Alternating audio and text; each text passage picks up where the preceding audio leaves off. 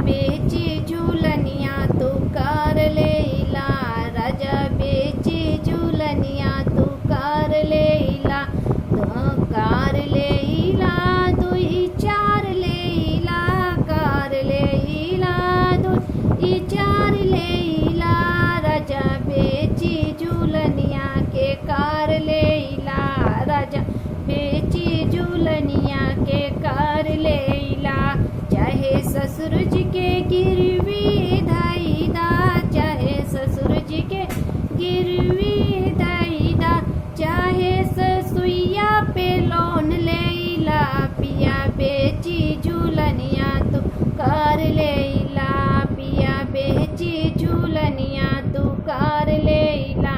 राजा बेची झूलनिया तू कर लेला, राजा बेची झूलनिया तू कर लेला, चाहे जेठ जी के गिरवी धैदा, चाहे जेठ जी के गिरवी धैदा, चाहे जेठनिया पे लोन लेला, पिया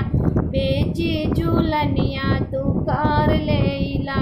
राजा बेची झूलनिया बेकार लेला, राजा बेची झूलनिया बेकार लेला, कार लेला, दुई चार लेला, कार लेला, दुई चार लेला,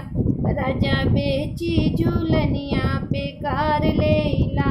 राजा बेची झूलनिया बेकार लेला, चाहे देवर जी के गिरवी धैदा, चाहे देवर जी के गिरवी धैदा,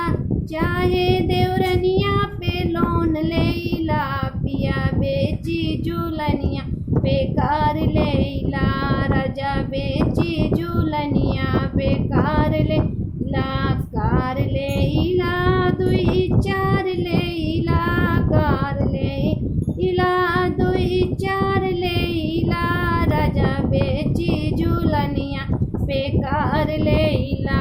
चाहे ननदोई जी के गिरवी धैदा, चाहे ननदोई जी के गिरवी धैदा, चाहे ननदिया पे लोन लेला, पिया बेची झूलनिया के कार लेला, राजा बेची झूलनिया तू कार लेला, कार लेला, दुई चार लेला, कार लेला, दुई चार लेला, राजा बेची झूलनिया बेकार लेला, राजा बेची झूलनिया बेकार लेला। हेलो दोस्तों, प्रिया खबरें ब्लॉग में आप लोग का स्वागत है। कहरवा गीत आप लोग को कैसा लगा? लाइक, सब्सक्राइब, शेयर, कमेंट जरूर करिएगा। जय हिंद, जय भारत।